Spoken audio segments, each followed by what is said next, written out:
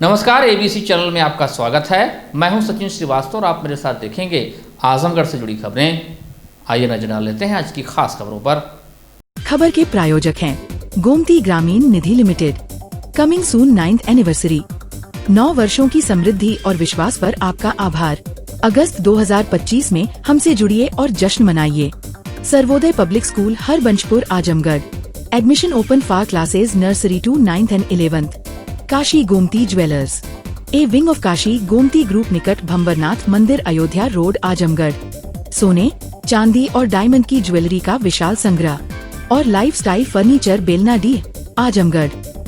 मंडलीय जिला चिकित्सालय में व्याप्त अव्यवस्थाओं, दवाइयों की कमी, बाहर से पर्चियां लिखे जाने, डॉक्टरों की मनमानी, गंभीर मरीजों को रेफर करने की प्रवृत्ति, सीमित जांच संसाधनों, गार्डों के अभद्र व्यवहार की शिकायतें, साइकिल स्टैंड के नाम पर की जा रही अवैध वसूली और मरीजों द्वारा स्वयं ऑक्सीजन मास्क लगाने और मरीज व उसकी पत्नी को डराए धमकाने जाने की घटनाओं के बाद आक्रोशित सामाजिक संगठन, छात्र, युवा और जागरूक नागरिक धरने में बैठ गए। शनिवार को उनके धरने को वरिष्ठ नेताओं द्वारा हाईजैक कर लिया गया। फिर क्या था? लगातार दूसरे दिन धरने पर बैठे सामाजिक संगठन, छात्र, युवा बैकफुट पर आ गए। वरिष्ठ नेताओं ने समझौता करा दिया और फिलहाल धरना 1 सप्ताह के लिए स्थगित कर दिया गया।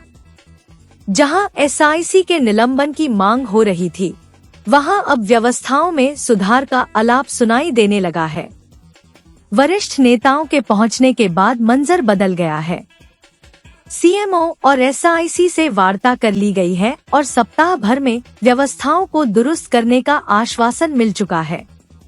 आपको बता दें कि भाजपा के वरिष्ठ नेता और पूर्व जिला अध्यक्ष जयनाथ सिंह, जिला उपाध्यक्ष अजय सिंह एवं रजनीश राय के नेतृत्व में मुख्य चिकित्साधिकारी आजमगढ़ तथा सदर अस्पताल के एसआईसी ने धरनास्थल पर आकर प्रदर्शनकारियों से ज्ञापन प्राप्त किया एवं उनकी मांगों को गंभीरता से लिया। मौके पर ही साइकिल स्टैंड से अवैध वसूली पर तत्काल रोक लगाने का निर्देश दिया गया। प्रशासन द्वारा कुछ प्रमुख मांगों के समाधान हेतु 1 सप्ताह का समय मांगा गया है। इस पर छात्र संगठनों ने स्पष्ट किया है कि यदि निर्धारित समय सीमा में सभी मांगे पूर्ण नहीं की जाती हैं, तो वे पुनः बड़े स्तर पर आंदोलन करने के लिए बाध्य होंगे, जिसकी पूर्ण जिम्मेदारी सदर अस्पताल प्रशासन की होगी। निश्चित रूप से मैं पहले उत्तर प्रदेश के यशस्वी मुख्यमंत्री जी को बधाई देना चाहता हूं कि 2017 के पहले सदर अस्पताल के जो हालात थे 10 से 72 थे, लेकिन 2017 के बाद जिला चिकित्सालय की व्यवस्था बहुत उत्तम और सुदृढ़ हुई है। और कहीं न कहीं कोई अधिकारी या सीएमएस या जो भी गलती किया है उसको आज हम लोगों ने बताया है, सारी चीजें अवगत कराया है और ये बात शासन ने भी संज्ञान लिया है और उनके खिलाफ भी कार्रवाई होगी। और मरीजों के साथ गरीब परिवार के ही लोग इस सदर अस्पताल में आते हैं जिनके पास पेइंग कैपेसिटी नहीं होती है, और उनके साथ भी कोई दुर्व्यवहार होगा तो हम कतई बर्दाश्त नहीं करेंगे। और हमारे भारतीय जनता पार्टी के कार्यकर्ता हों चाहे कोई भी हो, उस बात को निश्चित रूप से खड़ा करेंगे और ऊपर तक पहुंचाएंगे। यहाँ के गार्ड तो आज अभी मैं सारी बातें सीएमएस और सीएमओ से कह दिया हूँ और बताया हूँ कि गार्डों का व्यवहार यहाँ ठीक होना चाहिए। और मरीज जो गरीब होता है, वो निरीह होता है, जिनके पास पैसे नहीं होते वो इलाज कराने के लिए यहाँ आता है, उसकी व्यवस्था शासन की तरफ से उनके चाहे एक्सरे हो, चाहे सीटी स्कैन हो, ब्लड टेस्ट हो, चाहे अल्ट्रासाउंड हो, कोई टेस्ट हो, सब फ्री में होना है। और अगर कहीं से उसकी दिक्कत आती है तो हम लोग इस चीज को ठीक कराने के लिए सीएमएस और सीएमओ को बता दिए हैं और उन्होंने आश्वासन भी दिया है कि सर जो त्रुटियां हुई है, जो गलतियां हुई हैं, हम क्षमा चाहते हैं, आगे हम उस पर सुधार करें। सर, कहीं ना कहीं प्रशासन में और पार्टी के नेताओं में, बीजेपी के लोगों में कम्युनिकेशन गैप है। क्या वजह है कि जो आपके जब आप जिलाध्यक्ष थे उस समय और अब में ये बड़ा अंतर देखने को आजमगढ़ में मिल रहा है?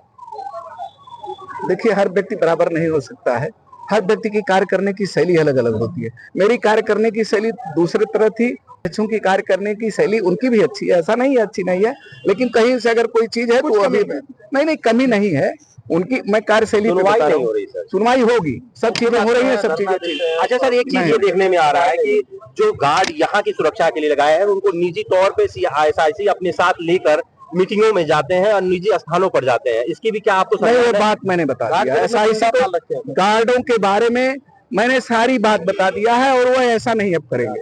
और मैंने जाति कहा सूचक शब्द भी यहाँ के गार्डों द्वारा यूज किया जा रहा है, दलितों के साथ व्यवहार किया जा रहा है। कैसे नहीं, वो कार्रवाई होगी, FIR करा दूंगा। अगर ऐसी बात करेंगे तो मैं तुरंत एक सप्ताह के अंदर अगर ऐसी बात अगर संशोधन नहीं किए तो ऐसे लोगों को यहाँ नहीं रखा जाएगा, नौकरी से बाहर हो जाएंगे। प्रदर्शन समाप्त हुआ गार्डों द्वारा और यहाँ स्टैंड भी जो चल रहा था वह तरीके से, और SIC ने उस स्टैंड को भी समाप्त कर दिया। दलाली करने का भी मामला सर, क्या लिखित में सारी चीजें दी? हाँ, लिखित दिया गया, पत्रक दिया गया, उनको सुधार करने का मौका 1 सप्ताह का उन्होंने समय लिया। 1 सप्ताह का समय लिया उन्होंने, और 1 सप्ताह के अंदर क्या भाई आज का ये प्रदर्शन अभी खत्म किया जाए। धन्यवाद। 1 सप्ताह है कि सरकार किसी की भी हो, युवा वर्ग हमेशा अंगड़ाई लेता रहता है। और जब भी ऐसे संस्थान जहां पब्लिक का इंटरेस्ट है या पब्लिक जहां इलाज कराने आती है, तो निश्चित रूप से आम जनमानस की जिम्मेदारियां बढ़ जाती हैं, क्योंकि ये देखना पड़ता है कि इलाज सही हो रहा है, नहीं हो रहा है, या कौन सी। लेकिन अन्य अगर पार्टियां हैं, अन्य पार्टियों की सरकार है, तो निश्चित रूप से कोई कार्रवाई उसके कार्यकर्ता नहीं करते हैं। चूंकि हमारी पार्टी लोकतांत्रिक पार्टी है और हमारी सरकार भी है, इसलिए हमारे जितने भी कार्यकर्ता गण हैं, युवा साथी गण हैं, सब सजग प्रहरी की तरह हर जनहित के मुद्दे पर वो एक होते हैं। वो देखते रहते हैं कि कहाँ जो प्राइवेट सेक्टर पे जो जहां काम होना है, जहां पब्लिक इंटरेस्ट का काम है, वहां सही ढंग से हो रहा है या नहीं हो रहा है। तो आज इसी परिप्रेक्ष्य में हमारे तमाम युवा साथीगण जो है 2-3 दिनों से सदर अस्पताल पर धरना दे रहे थे, CMS की, ISC की, ICS की कार्यशैली को लेकर। तो आज ये धरना समाप्त हुआ है। इस आश्वासन के साथ यहाँ CMO भी आए थे और SIC भी आए थे। दोनों ने आश्वस्त दिया कि जो भी कमियां होंगी वो तत्काल 1 सप्ताह में समाप्त होंगी। इस पर 5 सदस्यीय कमेटी बनी हुई है, जिसमें 2 सिविल के लोग रहेंगे, 3 प्रशासन के लोग रहेंगे। और अब वो लगातार बिना ड्रेस में हर मरीजों से, जो ICS है,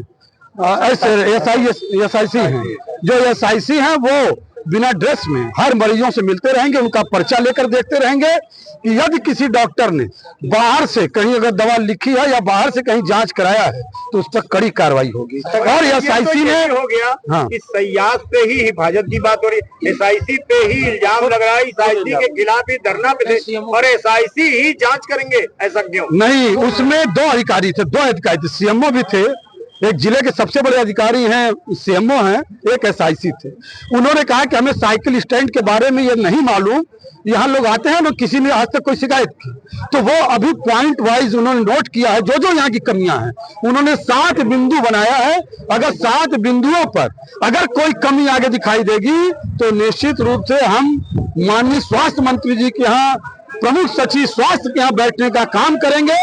और निश्चित रूप से यहाँ पे लगातार देखी जाए, पीछे देखिए, हाँ, जो गार्डों की समस्या, जो गार्डों के व्यवहार की समस्या है, उसको भी उन्होंने लिखा है पॉइंट वाइज कि हर गार्ड हर मरीज से सद्भाव तरीके से, समरसता तरीके से व्यवहार करेगा। यदि एक भी रोगी को अगर ISC की व्यवस्था, अगर CMS से मिलने की व्यवस्था होगी तो निश्चित रूप से वो रोगी जाके बड़े अधिकारियों से मिलेगा और यही गार्ड मिलवाएंगे। 1 हफ्ते बाद अगर ये भी इल्जाम लगाया जा रहा है कि बाहरी लोगों को रोक के ये खुद दलाली कर रहे हैं गार्ड। देखिए, ऐसा है कि आपकी जो बताई गई कमियां हम स्वीकार करते हैं, हम इसे डिनाई नहीं करते हैं, लेकिन मेरी समझ से आज से जो भी व्यवस्था वो बेहतर हो जाएगी, वो बेहतर होगी, वो व्यवस्था बेहतर होगी। और 1 हफ्ते में इसका जो है सोशल मीडिया पर इस सदर अस्पताल की दुर्व्यवस्थाओं को लेकर के हम सभी ने कैंपेनिंग की है। और आज यहाँ भारतीय जनता पार्टी से जुड़े हुए जयनाथ सिंह जी आए, उन्होंने SIC और जो CMO थे उनको बुलाया उन्होंने, और हमारी जो मांगे थी उसको 1 हफ्ते के अंदर पूरा करने का इन्होंने आश्वासन दिया। निश्चित तौर पर हम एक यूथ होने के नाते, हम एक जिम्मेदार व्यक्ति होने के नाते, हम सामाजिक कार्यकर्ता होने के नाते हमने इस धरने को 1 हफ्ते के लिए स्थगित किया है। अगर हमारी मांगे नहीं पूरी होंगी, इसके बाद 1 हफ्ते बाद फिर पे जन आंदोलन बड़े रूप में, व्यापक रूप में, भूख हड़ताल के रूप में, जिस भी रूप में होना होगा उस रूप में हम सभी करेंगे। उसके लिए हम सभी प्रतिबद्ध हैं। यहाँ एक सबसे बड़ा आरोप लगा है जाति पूछकर गार्ड जो है आगे जी, निश्चित तौर पर वो गार्ड द्वारा जिस प्रकार का दुर्व्यवहार किया गया है, निश्चित तौर पर मुझे लगता है इन जो गार्ड है इनकी ट्रेनिंग नहीं हुई है। पहली बात की मैं सरकार से निवेदन करना चाहता हूँ, माननीय जिलाधिकारी से निवेदन करना चाहता हूँ, पहले तो इनकी ट्रेनिंग करानी चाहिए, ट्रेनिंग के बाद इनको यहाँ पे लाना चाहिए। इनकी ट्रेनिंग हुई है कि नहीं हुई है इसका भी जांच होना चाहिए कि इनका पब्लिक के साथ, जनता के साथ क्या व्यवहार है। इनको पहले उसके बारे में समझाया और पढ़ाया जाना चाहिए, उसके बाद इन्हें नौकरी पे रखा जाना चाहिए, जो कि मुझे लगता है कि अभी नहीं हुआ है, जिसकी वजह से इस तरीके की दिक्कतें आ रही हैं। आजमगढ़ में नेहरू हाल सभागार में समाजवादी पार्टी की तरफ से आरक्षण दिवस और संविधान मान स्तंभ कार्यक्रम में मुख्य अतिथि गाजीपुर सांसद अफजाल अंसारी ने विधानसभा 2027 की तैयारी को लेकर सपा कार्यकर्ताओं को कमर कस लेने को कहा। उन्होंने भारतीय जनता पार्टी, बहुजन समाज पार्टी और सुभाषपा को निशाने पर लिया। मुख्य रूप से बीजेपी को लेकर कहा कि बीते 2024 के लोकसभा चुनाव में भाजपा 163 विधानसभा सीटों पर सिमट गई। विधानसभा चुनाव जीतने के लिए 403 में से 204 सीटों की जरूरत पड़ती है, जबकि समाजवादी पार्टी को 271 विधानसभा सीटों पर बढ़त हासिल हुई। ऐसे में हम लोगों को आने वाले चुनाव में इसी को बरकरार रखना है। हमें देखना होगा कि सीटें खोए नहीं, इसलिए ज्यादा से ज्यादा लोगों को अपने साथ जोड़ना होगा। पिछड़े और दलित समाज के लोगों से मिलते रहना होगा। बहुत लोग हमारे साथ आना चाहते हैं। बहुजन समाज पार्टी को मैनेज करने की कोशिश की जा रही है, लेकिन बसपा बाबा साहब और कांशीराम के रास्ते से भटक गई है। 22% दलित वोट है, लेकिन बसपा को पिछले चुनाव में मात्र 11% मिला। भाजपा बहुत चालाक है। वह लोगों से मिलकर कहती है कि सपा के जीतने पर यादव राज आ जाएगा। ऐसे में अन्य पिछड़ों को समझाना होगा। पिछले विधानसभा चुनाव में सुभाषपा हमारे साथ थी, लेकिन लोकसभा चुनाव में भाजपा के साथ थी। इसके बाद भी हम जीते। अफजाल ने कहा कि आने वाले ग्राम प्रधान और पंचायत चुनावों में भी हम लोगों को सावधानी पूर्वक काम करना पड़ेगा। आरक्षण को लेकर काशीराम में जो नारा दिया था कि जिसकी जितनी भागीदारी उसकी उतनी हिस्सेदारी, इसी को लेकर सपा आगे बढ़ रही है। बहुत से लोग अखिलेश यादव को नेता मानकर जुड़ना चाहते हैं। हम आपको सचेत करने आए हैं और सजग करने आए हैं। आजमगढ़ को कुछ खोना नहीं है। लोकतंत्र की व्यवस्था में आजमगढ़ के खाते में 10 विधानसभा की सीटें हैं, 10 की 10 आपके खाते में। वो लोकसभा की सीटें हैं, 2 की दोनों आपके खाते में। इसके अतिरिक्त विधान परिषद की भी 2-3 सीटें आपके खाते में। भरा हुआ खजाना, इस खजाने को बचाओगे कैसे, इसकी चिंता करो। आज का ये कार्यक्रम इसकी चिंता करने के लिए उसके आधी कोशिश करते, एक भी विधायक की जमानत नहीं बचेगी पूर्वांचल में, उनके पास वोट ही नहीं है। मेरा अपना मानना है, मेरा अपना तजुर्बा है। 50 साल राजनीति में हो गया। आप लोगों की दुआ आशीर्वाद से 5 बार विधानसभा में और 3 बार लोकसभा में। लेकिन मेरा ये मानना है, यहाँ बैठे हुए जिम्मेदार लोगों को खास तौर से मैं कहूंगा, मंच पर बैठे हुए, सामने बैठे जो जिम्मेदार हमारे माइनॉरिटी के लोग और जो जिम्मेदार हमारे यादव समाज के लोग, हमारे जो यादव भाई हैं पार्टी के जिम्मेदार, इन लोगों को बहुत सावधानी बरतने की जरूरत है। इनके वोट से अखिलेश यादव जी ने उस रास्ते पे सही मानों में सारी सीटें जीतने के बाद भी जो मजबूती पीडीए की दिखाई देनी चाहिए थी, मैं भी महसूस कर रहा हूं कि वो मजबूती अभी नहीं है। जरूरत है उसको मजबूत करने। आजमगढ़ की मजबूत स्थिति को देख के अगल बगल आसपास के जनपदों में ऊर्जा मिलेगी लोगों को। हम लोग कमजोर जिले से आते हैं, लेकिन ऊर्जा मिलेगी। आपकी धाह मारेगा तो जौनपुर को ऊर्जा मिलेगी, आपकी धाह मारेगी तो बलिया, मऊ, गाजीपुर, चंदौली को ऊर्जा मिलेगी। लेकिन अपनी बचाओ, सबसे ज्यादा खतरा आपके ऊपर है। आजमगढ़ के पार्टी के अध्यक्ष जी जो 10 की 10 है तो 11 तो होगी नहीं, लेकिन जरा भी सो गए तो उसमें कटौती हो जाएगी। और पूरी कोशिश, पूरी ताकत लगा दी गई है। वोट की गिनती से हराने की स्थिति नहीं है, लेकिन आपके वोटों में डिवीजन कराने के लिए षड्यंत्र रचा गया है कि किस तरह से समाजवादी विचार के लोगों के वोट को डिवाइड कर। अभी पिछले दिनों एक घटनाक्रम देखा हमने, कितनी तेजी से, कितनी सजग है ये गोदी वाली मीडिया। अच्छी वाली मीडिया नहीं, अच्छी वाले लोगों को तो मैं प्रणाम कर रहा हूँ, लेकिन जो गोदी वाली मीडिया है, जिसने यहाँ कार्यालय खुला और एक संदेश गया कि पीडीए भवन बन गया। धर्मेंद्र यादव का घर नहीं है, अखिलेश यादव का घर नहीं है, वो पीडीए भवन है। आप समझ नहीं सकते कि कितनी घबराहट हो गई। उनको पता है कि इस पीडीए भवन का मतलब क्या है, इस पूर्वांचल के अनपढ़, गंवार और गरीब लोगों को किस तरह मूर्ख बना करके, सोशल इंजीनियरिंग के नाम पर समाज को बांट करके ये भारतीय जनता पार्टी के चालाक लोगों ने अपना आधार बनाने का कोशिश किया। लेकिन पूर्वांचल की जनता धन्य है जो उनके जाल में नहीं फंसी। वो ये घूम के बस कि अगर समाजवादी आ गए तो हिरन का, मियन का दिमाग खराब हो गया। कितना बड़ा दिल है इनका। केशव मौर्य को डिप्टी सीएम उत्तर प्रदेश में बना दिया। अनुप्रिया पटेल, जिसके बाप को जीवन भर ये जातवादी नेता करते थे, जब तक सोनेलाल पटेल जिंदा थे, बीजेपी के लोग उनको जातवादी नेता करते थे कि कुर्मियन का पार्टी। आज उसी की बेटी को केंद्र में मंत्री परिषद और सीट भी देगा। भले सीटों देते हैं तो हरा भी देते हैं। किसने हराया? डांक डांक चिल्ला के अपने चुकरत रहा संजय निषाद के हमारे बेटे को भाजपा के लोगों ने हराया। सुना था कि नहीं न्यूज? ओम प्रकाश राजभर का बेटा हार गया इसी सीट से। खत्म हो गई भाई, ईमानदारी से बताओ। केहू के गलत फहमी बात या वही आरक्षण बात हाथ उठावे। आरक्षण खत्म हो चुका है, बचे के चाहे कि ना? तो एक ही रास्ता है, अपने साथ जोड़ दो।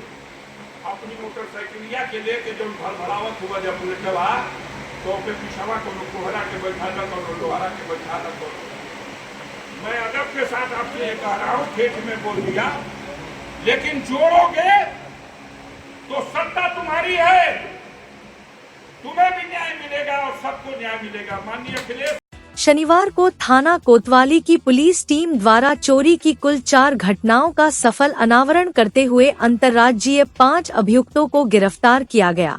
गिरफ्तार अभियुक्तों के कब्जे से चोरी गए आभूषण, कीमत लगभग 10 लाख रुपए, कलाई घड़ी व 31,500 रुपए नकद बरामद किया गया।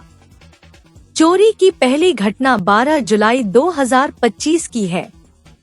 वादी आलोक गुप्ता पुत्र स्वर्गीय JN गुप्ता, निवासी HIG 174 कल्याणपुर कानपुर, वर्तमान निवासी रामानंद यादव कोलबाज बहादुर भवरनाथ, आजमगढ़ द्वारा दिए गए प्रार्थना पत्र की 12 जुलाई की रात को 2 से सुबह 5 के बीच हमारे निवास स्थान कोलबाज बहादुर से चोरी की घटना हो गई है। चोरी की दूसरी वारदात 18 जुलाई 2025 की है, जिसमें वादी मुकदमा घनश्याम दास गुप्ता पुत्र शिवदयाल गुप्ता, पता काली चौरा, रैदोपुर, थाना कोतवाली, आजमगढ़ द्वारा दिए गए प्रार्थना पत्र की 18 जुलाई को अपराह्न 3:30 पर जजेज कॉलोनी सिविल लाइन में स्थित शासकीय आवास संख्या J6 में निवास करने वाली न्यायिक अधिकारी सुश्री अभिलाषा सैनी अपर सिविल पर देखकर बताया गया कि चोरों द्वारा एक चांदी की अंगूठी तथा नकद 20,000 रुपए व अन्य आवश्यक कागजात जिसमें क्रेडिट कार्ड व ATM आदि थे चोरी हुए हैं। इसके साथ ही चोरी की अन्य घटनाओं का भी अनावरण किया गया, जिसमें थाना महनगर के एक और सिधारी थाने की एक घटना शामिल है। पुलिस लाइन सभागार में प्रेस वार्ता कर SP सिटी मधुवन कुमार सिंह ने चोरी की घटनाओं का अनावरण करते हुए बताया कि उप निरीक्षक सौरभ त्रिपाठी, उप निरीक्षक यश सिंह पटेल, उप निरीक्षक Abhishek Kushwaha, head constable Sarvesh Vikram Yadav, constable Basantlal, constable Hiralal, constable Abhay Kumar Singh, constable Sandeep Yadav, constable Neeraj Kumar थाना कोतवाली आजमगढ़ द्वारा मुखबिर की सूचना पर मुकदमा उपरोक्त से संबंधित अभियुक्तगण अंकित वर्मा पुत्र रामकृपाल वर्मा निवासी ग्राम लौदा इमादपुर थाना महनगर जनपद आजमगढ़, विशाल चौहान पुत्र स्वर्गीय राम सहाय चौहान निवासी ग्राम लौदा इमादपुर थाना महनगर आजमगढ़, रोशन गुप्ता पुत्र भरतलाल गुप्ता निवासी लौदा इमादपुर थाना महनगर आजमगढ़, विजय सेठ उर्फ कोमल पुत्र स्वर्गीय रमेश चंद्र सेठ निवासी कस्बा महनगर थाना महनगर आजमगढ़, पवन सेठ पुत्र कल्पनाथ सेठ निवासी कस्बा महनगर थाना महनगर जनपद आजमगढ़ को 25 जुलाई को रात 9:15 पर ठंडी सड़क के ऊपर बंधा रोड से नियमानुसार हिरासत में लिया गया तथा कब्जे से चोरी का काफी माल बरामद हुआ। अग्रिम विधिक कार्यवाही की जा रही है। मामला कोतवाली आजमगढ़ का है। विगत दिनों कोतवाली में 2 चोरी की घटनाएं घटित हुई थी। इसको चैलेंज के रूप में लेकर पुलिस अधीक्षक आजमगढ़ द्वारा क्षेत्राधिकारी नगर के नेतृत्व में एक टीम का गठन किया गया था, जिसमें कोतवाली प्रभारी, चौकी इंचार्ज रोडवेज और स्वाट और सर्विलांस की टीम थी। इन लोगों के द्वारा घटना स्थल से आगे बढ़ने पर जो भी ऑपरेशन त्रिनेत्र के तहत CCTV कैमरे जनपद में लगाए गए, उनको खोजना शुरू किया और इस घटना में जो अभियुक्त थे उनको CCTV कैमरों से आइडेंटिफाइड किया। जिस घटना में प्रयोग जो मोटरसाइकिल इनके द्वारा उपयोग की गई थी उसको आइडेंटिफाइड किया और इनके द्वारा अभियुक्तों को गिरफ्तार किया गया है। इसमें 2 जो मुख्य अभियुक्त हैं विशाल और दूसरा अभियुक्त है अंकित वर्मा, इनसे पूछताछ की गई तो इनके द्वारा दोनों घटनाओं को करना स्वीकार किया गया। घटना से संबंधित माल इनकी निशानदेही पे और इनके द्वारा जिन शर्राफ के दुकानों पे बेचा गया था उनको गिरफ्तार किया गया है। सामान जो ये चोरी करते थे वो एक मीडिएटर के माध्यम से, जो मेहनगर का ही रहने वाला है, उसके माध्यम से शर्राफ की दुकानों पर बेचते थे। इस प्रकार से ये घटनाओं से संबंधित माल रिकवरी हुई।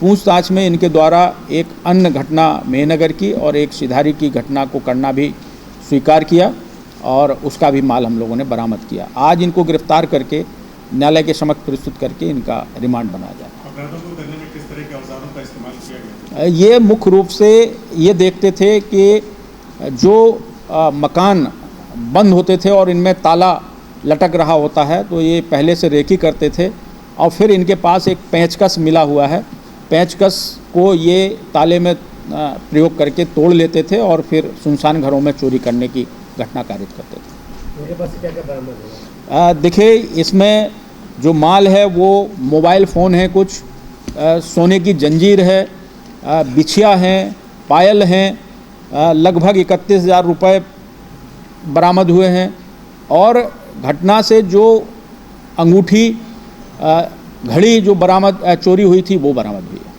27 जुलाई 2025 को जनपद आजमगढ़ में 29 परीक्षा केंद्रों पर उत्तर प्रदेश लोक सेवा आयोग प्रयागराज द्वारा समीक्षा अधिकारी सहायक समीक्षा अधिकारी की प्रारंभिक परीक्षा का आयोजन किया जा रहा है। परीक्षा को सकुशल, निष्पक्ष व शांतिपूर्ण संपन्न कराने के दृष्टिगत जिलाधिकारी रविंद्र कुमार ने वरिष्ठ पुलिस अधीक्षक हेमराज मीना के साथ राजकीय बालिका inter college Azamgarh, DAV PG college Azamgarh, DAV inter college एवं अन्य परीक्षा केंद्रों का भ्रमण कर आवश्यक तैयारियां का जायजा लिया। निरीक्षण के दौरान जिलाधिकारी ने सीसीटीवी कैमरा को क्रियाशील रखने एवं सभी आवश्यक व्यवस्थाएं सुनिश्चित करने के निर्देश दिए। उन्होंने कहा कि परीक्षा के दौरान सीसीटीवी कैमरे सक्रिय होना चाहिए। उन्होंने निर्देश दिया कि परीक्षा केंद्रों के खिड़की, दरवाजे, पंखे सही हालत में होने चाहिए। जिलाधिकारी को अवगत कराया गया कि परीक्षा राजकीय बालिका इंटर कॉलेज आजमगढ़ के परिसर में बारिश के कारण पानी जमा हो जाता है, जिस पर जिलाधिकारी ने अधिशासी अधिकारी नगर पालिका आजमगढ़ को तत्काल आवश्यक उपाय सुनिश्चित करने के निर्देश दिए। इस अवसर पर अधिशासी अधिकारी नगर पालिका परिषद आजमगढ़, प्रधानाचार्य डीएवी पीजी कॉलेज, प्रधानाचार्य डीएवी इंटर कॉलेज आजमगढ़, प्रधानाचार्य राजकीय बालिका इंटर कॉलेज आजमगढ़ एवं अन्य संबंधित उपस्थित रहे। शनिवार को भारतीय जनता पार्टी ने पार्टी कार्यालय पर कारगिल विजय दिवस के अवसर पर वीर शहीदों को नमन का कार्यक्रम आयोजित किया। इस कार्यक्रम में मुख्य अतिथि के रूप में मऊ जिले के पूर्व जिला अध्यक्ष प्रवीण गुप्ता शामिल रहे। कार्यक्रम की अध्यक्षता भाजपा जिला अध्यक्ष ध्रुव कुमार सिंह ने की। 1999 में हुए कारगिल वॉर में शहीद हुए वीर सैनिकों को याद करते हुए भाजपा के पदाधिकारी और कार्यकर्ताओं ने श्रद्धांजलि अर्पित करते हुए उन्हें याद किया। कार्यक्रम को संबोधित करते हुए मुख्य अतिथि प्रवीण गुप्ता ने कहा कि कारगिल विजय दिवस के अवसर पर वीर शहीदों को हम लोग नमन और वंदन कर रहे हैं। 27 वर्ष के बाद भी भाजपा प्रतिवर्ष श्रद्धांजलि कार्यक्रम आयोजित करती है। इसका मुख्य मकसद यह है कि वीर शहीदों के उन परिवारों को कभी यह महसूस ना हो कि शहीदों को कोई याद नहीं करता है। यही कारण है कि प्रतिवर्ष इस तरह के कार्यक्रम आयोजित किए जाते हैं और वीर शहीदों को याद किया जाता है। मुख्य अतिथि का कहना रहा कि रक्षा के क्षेत्र में बहुत कार्य हुआ है, पर कुछ लोगों का हाजमा गड़बड़ हो जाता है। कार्यक्रम को संबोधित करते हुए मुख्य अतिथि ने कहा कि राजनीति किसी भी वीर सैनिकों के ऊपर नहीं की जानी चाहिए जो देश की रक्षा कर रहे हैं। उन पर राजनीति नहीं की जानी चाहिए। राजनीति विकास के मुद्दों पर की जानी चाहिए। इस अवसर पर रिटायर्ड सेना के जवानों को अंगवस्त्र देकर सम्मानित किया गया और कारगिल युद्ध के अमर शहीदों को नमन करते हुए पौधा लगाया गया। कार्यक्रम के दौरान वरिष्ठ भाजपा नेता अखिलेश मिश्रा गुड्डू, घनश्याम पटेल, श्री कृष्ण पाल, मंजू सरोज, प्रेम प्रकाश राय, सचिदानंद सिंह, कैप्टन दुलारे सिंह, हरिहर सिंह सहित पार्टी के अन्य पदाधिकारी व कार्यकर्ता मौजूद रहे। के अवसर पर एकत्र हुए और विजय कारगिल दिवस के अवसर पर भारत मां की उन संतानों को जिन्होंने अपने शौर्य और पराक्रम के बल पे कारगिल के युद्ध में भारत को विजय दिलाने का काम किया था, आज हम सब एकत्र होकर के उनको अपना श्रद्धा सुमन अर्पित करते हुए उनका नमन और वंदन कर रहे हैं। आप देख रहे होंगे कि भारतीय जनता पार्टी के तमाम कार्यकर्ता, भारतीय जनता पार्टी के सभी वरिष्ठ नेतागण आज कारगिल युद्ध को समाप्त हुए लगभग 27 वर्ष हुए हैं, लेकिन देश के उन वीर सपूतों को याद करने के लिए भारतीय जनता पार्टी हर वर्ष यह कार्यक्रम आयोजित करके, ताकि हमारे इस भारत माँ की संतान जितने लोगों ने बलिदान दिया उनके परिवारों को ये कभी ये ना महसूस हो कि हमारे जो संतान थे, जिन लोगों ने भारत माँ की रक्षा करते हुए प्राणों की आहुति दी थी, उनको याद नहीं किया जाता।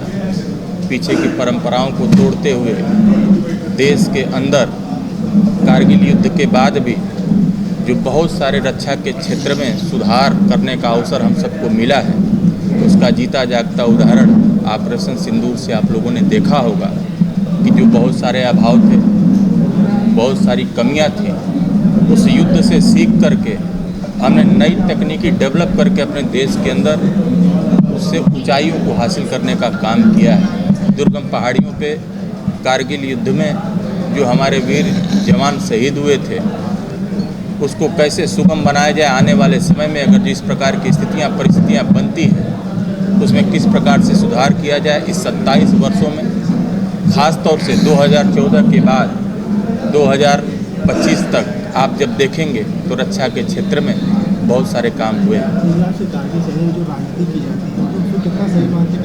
क्या जी? देखिए, कारगिल के युद्धों या किसी युद्ध तो 65 में भी हुए, 71 में भी हुए, बहुत सारे युद्ध हुए हैं, 99 में भी युद्ध हुआ, अभी युद्ध हुआ है। तो अभी हमारे एक पूर्व के वक्ता हैं, मैं उनसे संबद्ध करते हुए अपने आप को मैं एक बात कहना चाहता हूँ। उन्होंने बताया कि कुछ लोगों का हाजमा गड़बड़ हो जाता है। अगर जो देश के वीर सैनिकों के ऊपर भी प्रश्न चिन्ह खड़ा किया जाएगा तो भारत माँ की जो जय की बात भारतीय जनता पार्टी के लोग करते हैं तो निश्चित रूप से भारत माता के ऊपर भी प्रश्न चिन्ह खड़ा करने का वो लोग काम कर रहे हैं। और मैं आपके मीडिया के माध्यम से उनको कहना चाहूँगा कि राजनीति किसी वीर सैनिक के ऊपर नहीं, जो देश की रक्षा कर रहे हैं उस पर नहीं करनी चाहिए। ज्वलंत उदाहरण हो, विकास की बात हो, उस पर राजनीति करनी चाहिए। आजमगढ़ में माई भारत और सुदीक्षा नई राह फाउंडेशन ने कारगिल विजय दिवस को खास बनाने के लिए एक प्रेरणादायक पहल की है, जहां मासूम बच्चों और कारगिल युद्ध के वीर सैनिकों ने एक साथ कारगिल विजय दिवस मनाया है। नन्हे बच्चों ने अपने हाथों से बनाए मोमेंटो सैनिक और जिला प्रोबेशन अधिकारी को भेंट किए और उन वीरों को सलामी दी जिन्होंने देश की रक्षा के लिए अपना सब कुछ न्योछावर कर दिया। सैनिकों ने भी सरकार और समाजसेवी संगठनों का आभार व्यक्त करते हुए युवाओं और बच्चों को देश के प्रति समर्पण और सच्ची देशभक्ति का संदेश दिया। कार्यक्रम में मुख्य अतिथि के तौर पर सुबोध सिंह जिला प्रोबेशन अधिकारी व रिटायर्ड कैप्टन थल सेना मनबोध सिंह के साथ भारतीय सेना के रिटायर्ड सैनिक के संगठन सैनिक प्रकोष्ठ के पदाधिकारी सुरेश यादव सहित कई सैनिक मुख्य अतिथि के तौर पर पहुंचे, जहां पर समाज सेविका साक्षी पांडे उनका स्वागत किया और माई भारत की तरफ से उन्हें सम्मानित किया। कार्यक्रम के दौरान साक्षी पांडे, हर्ष जायसवाल, आलोक सिंह सहित तमाम पदाधिकारी मौजूद रहे। इसके इस युग में, इस समय में आपने इतनी बड़ा कदम उठाया है कि बच्चों को फ्री में शिक्षा, गरीब बच्चों को देना, ये समझ लीजिए कि एक बहुत बड़ा सराहनीय कार्य है।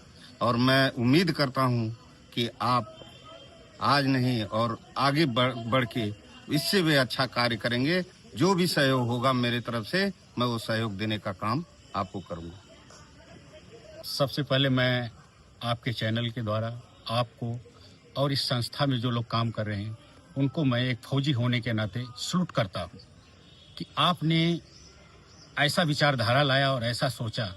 और मैं बड़ा सौभाग्यशाली हूं आज कि कारगिल विजय दिवस के दिन यहाँ मुझे सम्मिलित होने का मौका मिला, क्योंकि आप देख रहे हैं आज के समय में कोई याद नहीं कर रहा, लेकिन आप इतनी छोटी संस्था चलाते हुए भी आज जो कारगिल दिवस को बहुत ही बखूबी मना रहे हैं, मुझे बड़ी प्रसन्नता हो रही, अति प्रसन्नता हो रही है कि आपके पास इतना नॉलेज, इतना दिमाग कहाँ से आई सैनिकों के बारे में सोचने के लिए, और अपने बच्चों को जो है ये चीज बताने का काम कर रहे हैं। मैं आपको बहुत बहुत धन्यवाद देना चाहता हूँ। कार्यक्रम हुआ है कारगिल विजय दिवस। यह कार्यक्रम माई भारत के तरफ से हम उनके साथ जुड़ करके, हमारी संस्था सुदीक्षा नई राह फाउंडेशन माई भारत के साथ जुड़ करके आज के कार्यक्रम का आयोजन की है, जिसमें एक संगोष्ठी का आयोजन किया गया था। साथ ही साथ बच्चों में चित्रकला प्रतियोगिता रखी गई थी, जिसमें 6 बच्चे विजेता हुए हैं, उनको मेडल देकर के सम्मानित किया गया है। साथ ही साथ जो भी हमारे आजमगढ़ से सैनिक कारगिल युद्ध में जुड़े हुए थे, अपना योगदान जिन्होंने दिया है, उनको हमने यहाँ पर सम्मानित किया है। साथ ही साथ हमने जो भी हमारे वीर जवान शहीद हुए हैं उनको हमने पुष्प अर्पित किया है, श्रद्धांजलि दी है हमारी तरफ से। अच्छा, और सैनिकों की तरफ से किस तरीके से मोटिवेशन दिया गया है युवाओं को, बच्चों को? सर, आज का मेन उद्देश्य ही यही था कि हमारे देश के युवाओं को हम अपने देश के प्रति, अपने राष्ट्र के प्रति कैसे हम जागरूक हो सकते हैं, कैसे हम अपने देश को का नाम रोशन कर सकते हैं, कैसे हम अपने बच्चों को आर्मी के लिए, इन सब जगहों पे जाने के लिए प्रोत्साहित कर सकते हैं। इसीलिए हमारे वीर जवानों की गाथा को यहाँ पर बच्चों के बीच सुनाया गया है। जन अधिकार पार्टी के कार्यकर्ताओं ने शनिवार को जिला कलेक्ट्रेट पहुंचकर उत्तर प्रदेश सरकार की स्कूल मर्जर नीति का विरोध किया। उन्होंने जिलाधिकारी के माध्यम से राष्ट्रपति को ज्ञापन भेजा। जन अधिकार पार्टी के जिलाध्यक्ष कैलाश मौर्य ने बताया कि उत्तर प्रदेश सरकार 50 से कम छात्र संख्या वाले लगभग 27,200 प्राथमिक और उच्च प्राथमिक विद्यालयों को बंद कर रही है। उन्होंने कहा कि कुछ स्कूलों को पहले ही बंद कर दिया गया है और धीरे धीरे सभी को आसपास के विद्यालयों में मर्ज किया जा रहा है। इससे गांव के गरीब किसानों और मजदूरों के बच्चों को अब 2 से 5 किलोमीटर दूर जाकर शिक्षा लेनी पड़ेगी, जो कि शिक्षा के अधिकार अधिनियम का उल्लंघन है। जन अधिकार पार्टी ने उत्तर प्रदेश सरकार की प्राथमिक और उच्च प्राथमिक विद्यालयों के क्लोजर और मर्जर वाली नीति पर कड़ाई से प्रतिबंध लगाने की मांग की। साथ ही विद्यालयों की गुणवत्ता में सुधार लाने की भी मांग की गई। के राष्ट्रीय अध्यक्ष माननीय श्री कन्या जी कुशवाहा जी के निर्देशानुसार जो उत्तर प्रदेश में विद्यालय मर्ज किए जा रहे हैं, उसके संबंध में हम लोग महामहिम राज्यपाल महोदय को जिला अधिकारी द्वारा ज्ञापन सौंपा गया कि यह विद्यालय मर्ज करना बंद किया जाए, नहीं तो हम लोग सड़कों पर इसके लिए संघर्ष करने के लिए तैयार हैं। क्या दिक्कतें होंगी मर्ज करने में? मर्ज करने में दिक्कत है कि जैसे गरीब बच्चे दूर नहीं जा पाएंगे पढ़ने के लिए, और क्या दिक्कत है? और गरीब बच्चे दूर नहीं जा पाएंगे और उनकी व्यवस्था नहीं हो पाएगी तो वो एकदम असहाय रहेंगे। यह विद्यालय में स्कूल मर्ज करना है, लेकिन दारू का ठेका खोलना इसका अधिकार है। जब सरकार चाहती है कि बच्चे, गरीब के बच्चे पढ़े न, शिक्षित न रहे, सिर्फ दारू पिए, हम लोग पिछलग्गू बने रहे। सर्वोदय पब्लिक स्कूल आजमगढ़ में आपका स्वागत है, जहां हर दिन एक नई शुरुआत होती है।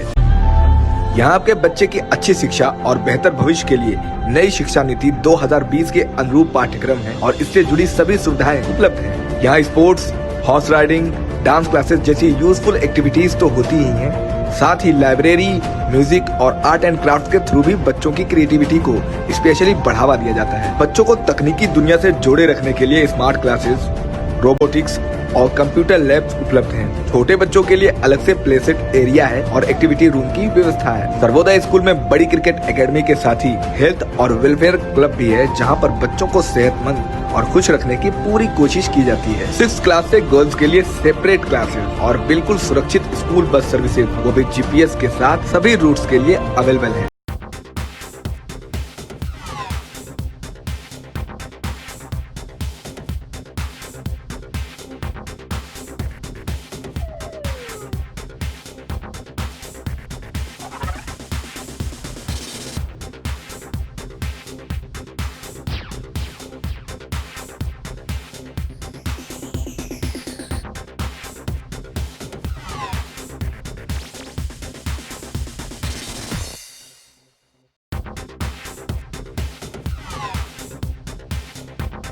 Lifestyle furniture, Belnadi, Azamgarh.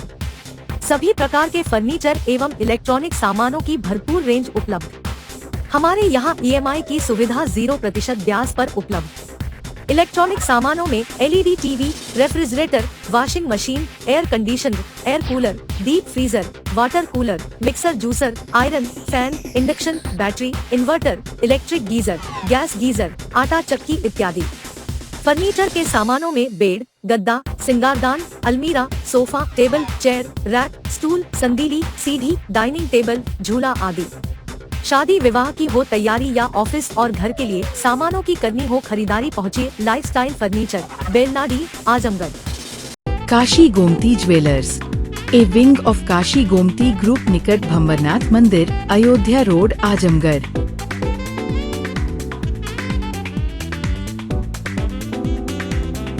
Gold, diamond और सिल्वर की ज्वेलरी का विशाल संग्रह।